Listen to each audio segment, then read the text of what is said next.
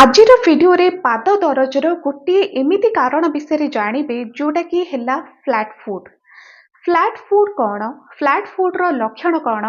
Flat foot ଯଦି ଆପଣଙ୍କର ହେଇଛି ତେବେ କ'ଣ ଆପଣ ଉପଚାର କରିବେ? ଏ ସବୁ ବିଷୟରେ ଆଜିର ଭିଡିଓରେ ଆପଣ ଜାଣିପାରିବେ। ଦେଖନ୍ତୁ ଆମ ପାଦର ଷ୍ଟ୍ରକ୍ଚର କେମିତିକା? ଆମର ଆଙ୍ଗୁଠି ସ୍ଥାନ ମାଟିରେ ଲାଗିବ, ଆମର ଗୋଇଠି ବି ମାଟିରେ ଲାଗିବ, କିନ୍ତୁ ମଝି ସ୍ଥାନ ଟିକେ ଉପରକୁ ରୁହେ, ଟିକେ ବଙ୍କା ଆପଣ ଦେଖିଥିବେ। କିନ୍ତୁ ଫ୍ଲାଟ୍ ଫୁଟ୍ ଯେଉଁମାନଙ୍କର ହୁଏ ସେମାନଙ୍କର ପୁରା ପାଦଟା ତଳେ ଲାଗିବ, ଆଙ୍ଗୁଠି ବି ଲାଗିବ, ମଝି ସ୍ଥାନ ବି ଲାଗିବ ଆଉ ଗୋଇଠି ବି ଲାଗିବ।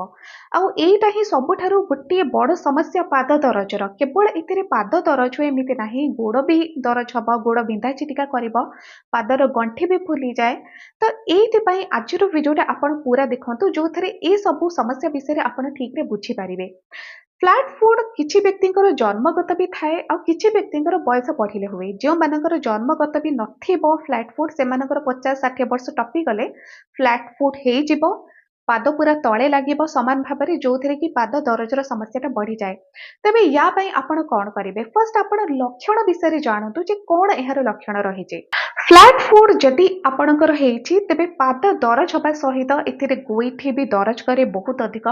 ବେଳେବେଳେ ମୋ ପାଖକୁ କମେଣ୍ଟ ବି ଆସେ ଯେ ଗୋଇଠି ବହୁତ ଅଧିକ ଦରଜ କରୁଛି। ଆପଣ ଦେଖନ୍ତୁ ଫାର୍ଷ୍ଟ ଯେ ଆପଣଙ୍କ ପାଦର ଷ୍ଟ୍ରକ୍ଚର କ'ଣ? ଫ୍ଲାଟ୍ ଫୁଟ୍ ନୁହେଁ ତ? ଯଦି ଫ୍ଲାଟ୍ ଫୁଟ୍ ତେବେ ତା ପାଇଁ ଆପଣଙ୍କୁ ଉପଚାର କରିବା ପାଇଁ ପଡ଼ିବ। ସେମିତି ତ ଗୋଇଠି ଦରଜର ଅନ୍ୟାନ୍ୟ ବିଭିନ୍ନ ପ୍ରକାର କାରଣ ବି ରହିଛି। ଏମିତିକି ଡାଇବେଟିସ୍ ହେଲେ ବି ଗୋଇଠି ଦରଜ କରେ, କିନ୍ତୁ ଆପଣ ଦେଖନ୍ତୁ ଯେ ହୁଏତ ଆପଣଙ୍କର ପାଦ ଫ୍ଲାଟ୍ ହେଇଯାଇଛି ଯାହା ପାଇଁ ଆପଣଙ୍କର ଗୋଇଠି ବହୁତ ଅଧିକ ଦରଜ କରୁଛି। ଇଏ ଗୋଟିଏ ବଡ଼ ଲକ୍ଷଣ। ତାପରେ ପାଦର ଗଣ୍ଠି ବି ଫୁଲିଯାଏ, ଫୁଲିକି ଲାଲ ପଡ଼ିଯିବ, ପାଦ ସବୁବେଳେ ଦରଜ କରିବ, ଗୋଡ଼ ବିନ୍ଧିବ, ଗୋଡ଼ ବି ଦରଜ କରିବ। ତ ଇଏ ହେଉଛି ଗୋଟେ ଗୋଟେ ଲକ୍ଷଣ ଯୋଉଗୁଡ଼ାକ ଫ୍ଲାଟ୍ ଫୁଟ୍‌ରେ ଦେଖାଯାଏ। ଯେଉଁମାନଙ୍କର ଫ୍ଲାଟ୍ ଫୁଟ୍ ହେଇଥାଏ ସେମାନେ ଯଦି ଅଧିକ କୌଣସି ସ୍ଥାନରେ ଛିଡ଼ା ହେଇପଡ଼ିଲେ, ବହୁତ ଅଧିକ ସମୟ 2-3 ଘଣ୍ଟା ଛିଡ଼ା ହେଇପଡ଼ିଲେ କିମ୍ବା କୌଣସି ସ୍ଥାନକୁ ଚାଲିକି ପଳେଇଲେ, 2 ଘଣ୍ଟା ସେମାନେ ଚାଲିକି ପଳେଇଲେ, ତ ଏଥିରେ ପାଦ ଦରଜ ଏତେ ଅଧିକ ବଢ଼ିଯିବ ଯେ ଚାଲିବା ବି କଷ୍ଟ ହେଇଯିବ। ଫ୍ଲାଟ୍ ଫୁଟ୍‌ର ଏଇ ଗୋଟିଏ ବଡ଼ ସମସ୍ୟା ଯେ ଚାଲିବା, ଠିଆ ହେବା ଏଇଟା ଟିକେ କଷ୍ଟ ହେଇଯାଏ। ସେମିତି ତ ଆପଣ ଭାବୁଥିବେ ଯେ ଯଦି ପୁରା ପାଦଟା ତଳେ ଲାଗୁଛି ତେବେ କ'ଣ ଅସୁବିଧା? ଏଇଟା ହିଁ ତ ଅସୁବିଧା ଯୋଉଟାକି ନେଚର ଆମକୁ ଦେଇଛି ପାଦର ଷ୍ଟ୍ରକ୍ଚର, ଯୋଉଟା ସବୁବେଳେ ରହିବା କଥା। ଯଦି ସେଟା ପୁରା ଫ୍ଲାଟ୍ ହେଇଯିବ ତ ଏଇଠି ହିଁ ପ୍ରୋବ୍ଲେମ ହେଇଯାଏ। ଯେଉଁମାନଙ୍କର 40-50 ବର୍ଷ ଟପିଗଲେ ପାଦର ଷ୍ଟ୍ରକ୍ଚର ପୁରା ଫ୍ଲାଟ୍ ହେଇଯାଉଛି ସେମାନଙ୍କୁ ତ ଅଧିକ ପ୍ରୋବ୍ଲେମ କରେ, କାରଣ ସେତେବେଳେ ବୟସ ବଢ଼ିଲେ ଆପଣଙ୍କର ହାଡ଼ କମଜୋର ହେଇଯାଉଛି, ପାଦ ଦରଜ, ଆଣ୍ଠୁ ଦରଜ ଏସବୁ ତ ବଢ଼ି ବଢ଼ି ଯାଏ। ସେତେବେଳକୁ ବୟସ ବଢ଼େ ଯେହେତୁ ୟୁରିକ୍ ଏସିଡ୍ ବି ବେଳେବେଳେ ଜମିଯାଏ। ଆଉ ତାପରେ ଯଦି ଫ୍ଲାଟ୍ ଫୁଟ୍ ହେଇଯିବ ତ ଏଥିରେ ପ୍ରୋବ୍ଲେମ ହିଁ ବଢ଼ିଯାଏ। ପାଦ ଏତେ ଅଧିକ ଦରଜ କରିବ ଯେ ଚାଲିବା ମୁସ୍କିଲ ହେଇଯାଏ। ଯେଉଁମାନଙ୍କର ଫ୍ଲାଟ୍ ଫୁଟ୍ ଥାଏ ସେମାନଙ୍କର ପାଦର ଷ୍ଟ୍ରକ୍ଚର ବି କିଛି ଅଲଗା ଦେଖାଯାଏ। ନର୍ମାଲି ଆପଣ ପାଦକୁ ଦେଖିବେ ଯେମିତିକା ଷ୍ଟ୍ରକ୍ଚର ଆପଣ ଦେଖିପାରିବେ। ଯେଉଁମାନଙ୍କର ଫୁଟ୍ ପୁରା ଫ୍ଲାଟ୍ ଥାଏ ସେମାନଙ୍କର ପାଦର ଷ୍ଟ୍ରକ୍ଚର ଟିକେ ଆପଣଙ୍କୁ ଅଲଗା ଦେଖାଯିବ, ଟିକେ ବାହାରକୁ ବାହାରିବା ପରି ଦେଖାଯାଏ। ଜନ୍ମଗତ ଯେଉଁମାନଙ୍କର ଥାଏ ସେମାନଙ୍କ ପାଦର ଷ୍ଟ୍ରକ୍ଚର ବି ଏମିତିକା ହେଇଥାଏ, ବାହାରକୁ ବାହାରିବା ଟାଇପ୍‌ର ଟିକେ ଦେଖାଯିବ। ଯେଉଁମାନଙ୍କର ବୟସ ବଢ଼ିଲେ ହେଇଯାଏ ଫ୍ଲାଟ୍ ଫୁଟ୍ ସେମାନଙ୍କର ବି ଟିକେ ପାଦର ଷ୍ଟ୍ରକ୍ଚର ଅଲଗା ଦେଖାଯାଏ। ତ ଆପଣ ପାଦ ଉପରୁ ଦେଖିଲେ ବି ଜାଣିପାରିବେ ଯେ ଏମାନଙ୍କର ଫ୍ଲାଟ୍ ଫୁଟ୍ ହେଉଛି। କ'ଣ ଏଥିପାଇଁ ଆପଣ କରିବେ? ଦେଖନ୍ତୁ ବହୁତ ସାରା ଉପଚାର ରହିଛି ତା ପାଇଁ, କିନ୍ତୁ ଆପଣଙ୍କୁ ଦେଖିବାକୁ ପଡ଼ିବ ଯେ ପାଦର ଷ୍ଟ୍ରକ୍ଚର କେମିତିକା ହେଇଛି।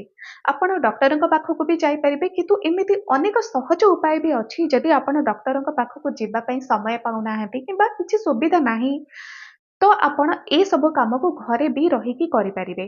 ଯେତେବେଳେ ଆପଣଙ୍କର ପାଦ ଦରଜ ସମସ୍ୟା ବଢ଼ିଯାଉଛି, ଆପଣ ଛିଡ଼ା ହେଇପଇଲେ 2 ଘଣ୍ଟା, ଆପଣ ଚାଲିକି ପଳେଇଲେ 2-3 ଘଣ୍ଟା, ପାଦ ଦରଜ ଆପଣଙ୍କର ବଢ଼ିଗଲା ତ 2-3 ଦିନ ପର୍ଯ୍ୟନ୍ତ ଆପଣ ଚେଷ୍ଟା କରନ୍ତୁ କେମିତି ଆପଣ ରେଷ୍ଟ କରିବେ।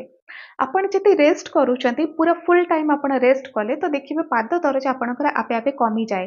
ଫ୍ଲାଟ୍ ଫୁଟ୍‌ରେ କ'ଣ ହୁଏ, ଯଦି ସେମିତି କିଛି ବୋଝ ପଡ଼ିଲା ଆପଣଙ୍କ ପାଦରେ ତେବେ ହିଁ ଆପଣଙ୍କର ପାଦର ଦରଜର ସମସ୍ୟା ଅଧିକ ବଢ଼ିଯାଏ। କାରଣ ଆମ ଶରୀରର ପୁରା ଭାରଟା ପାଦ ଉପରେ ହିଁ ରହୁଛି। ଆଣ୍ଠୁ ଉପରେ, ପାଦର ଗଣ୍ଠି ଉପରେ ଆଉ ପାଦ ଉପରେ। ପୁରା ଶରୀରର ଓଜନଟା ପାଦ ଉପରେ ରହିଲା ଯେତେବେଳେ ଆମେ କାମ କରୁ କିମ୍ବା ଚାଲୁ। ଆଉ ଯେତେବେଳେ ଫ୍ଲାଟ୍ ଫୁଟ୍ ଯେଉଁମାନଙ୍କର ହୁଏ ତ ପୁରା ଶରୀରର ଓଜନ ଯେତେବେଳେ ପାଦ ଉପରେ ରହୁଛି ଆଉ ସେମାନେ ଛିଡ଼ା ହେଇଗଲେ, ଅଧିକ ସମୟ ଚାଲିଗଲେ ତ ଏଥିରେ ନିହାତି ଭାବରେ ପାଦ ଦରଜ ହବ, ଗୋଡ଼ ଘୋଳାବିନ୍ଧା ବି କରେ। ତ ଚେଷ୍ଟା କରନ୍ତୁ 2-3 ଦିନ ପର୍ଯ୍ୟନ୍ତ ଆପଣ ରେଷ୍ଟ କରିବେ। ଆଉ ଗୋଟେ କାମ ଆପଣ କରିପାରିବେ ଯୋଉଟାକି ହେଲା ଏକ୍ସରସାଇଜ। ऑनलाइन रे भी आपण देखिकी एक्सरसाइज शिखि पारिबे से सब एक्सरसाइज को करि पारिबे जो गुडाक फ्लैट फुट पई रहिछि। मु तो एक्सरसाइज विषय जानी किंतु आपण अलग जगह देखिए एक्सरसाइज को शिखंतु आ ताको सब धीरे धीरे करके प्रैक्टिस करंतु। फर्स्ट डे रु केबे भी आपण एकाथरे के आधा घंटा घंटाए केबे भी करेबेनी इथिरे पाद दरज बढ़ी जिवो। आपण गोटे दुईटा मिनिट रु स्टार्ट करेबे तापरे धीरे धीरे करके समय को बढ़ेबे। फ्लैट फुट पई किछि इनसोल्स भी आपण किनी पारिबे जेमिति कि आपण ए पिक्चर रे देखंतु जे आपण को मार्केट रे एई भली इनसोल्स भी मिली जिवो जो गुडा को शू सहित आपण पिंधि पारिबे आ एई गुडा का आपणकर पाद को कंफर्ट भी दिए। आपण एति पई डॉक्टर को परामर्श भी नहीं पारिबे आ एहा को किनी कि आपण शूज रे एहा सहित पिंधि पारिबे जहा द्वारा आपणक पाद को कंफर्ट मिलिबो जेतेबेले आपण बाहर को जाउचंती कोनसी स्थान रे चालिबाको पड़ला छिड़ा हबाको पड़ला जोथिरे कि पाद दरज एथिरे आउ अधिक आपणकर हबनी। आउ केतोटी घरोई उपचार आपण करि पारिबे जो गुडाक हेला गरम पानी सेक भी आपण देई पारिबे। आपण मसाज भी किछि करि पारिबे। गरम पानी सेक राति रे आपण ठीक सोइबा पूर्वरु 10 रु 15 मिनिट गोटे टब रे पानी किछि नहीं जांतु गरम करके पानी किछि नहीं गले सेथिरे किछि लूण आपण पके दियंतु पाद को डिप करके छाडी दियंतु 15 मिनिट। एथिरे ब्लड सर्कुलेशन ठीक भाबरे हबो। एहा द्वारा पाद दरज आपणकर कमी जाए। जदि ए काम आपण किछि दिन रेगुलर करछंती देखिबे आपनको बहुत सारा कंफर्ट मिलिबो आउ एथिरे जदि आपणकर आंठुर समस्या भी होतबो सिए भी धीरे धीरे कमे।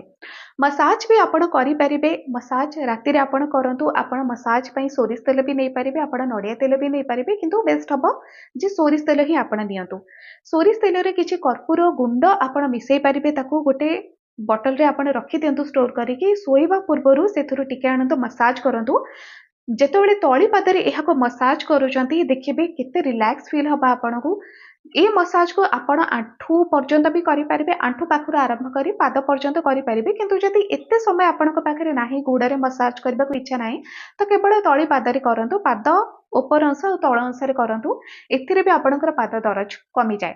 तो ए सबु आपण उपचार करि पारिबे जो गुडा को अति सहज एथिरे अधिक किछि खर्च भी करिबार नाही। तो ए सबु आपनको फ्लैट फुट रो जे लक्षण रहिछि से गुडा को कमे पारि बहुत सहाय्य करिबो। किंतु देखंतु जन्मगत जे मानकर फ्लैट फुट रहिछि सेमानकर फ्लैट फुट को बदलै हुएनी आ एइति पई तो जे प्रॉब्लम टा रहिछि फ्लैट फुट रो जो गुडा को लक्षण रहिछि एइति पई ही जो मानकर फ्लैट फुट रो समस्या थाए से मानको डिफेंस लाइन रे सिलेक्शन मिलेनी। जेतेबेले फिजिकल टेस्ट से मानकर हुए डिफेंस लाइन रे से मानको सिलेक्शन एथि पई मिलेनी जे जेतेबेले से माने सर्विस करिवे डिफेंस रे सर्विस कले तो निजको फिजिकली फिट भी रखिबा को पड़िबो। आ फ्लैट फुट गोटे एमिति समस्या बयस जेतेबेले कम थाए हुए तो एतेटा जणा पड़ेनी किंतु 40 वर्ष टपिला माने 50 वर्ष 40 वर्ष ए सब बयस टपिला माने दरजर समस्या अधिक बढ़ी जाए। तो सेथि पई डिफेंस लाइन रे से मानकर सिलेक्शन टा हुएनी।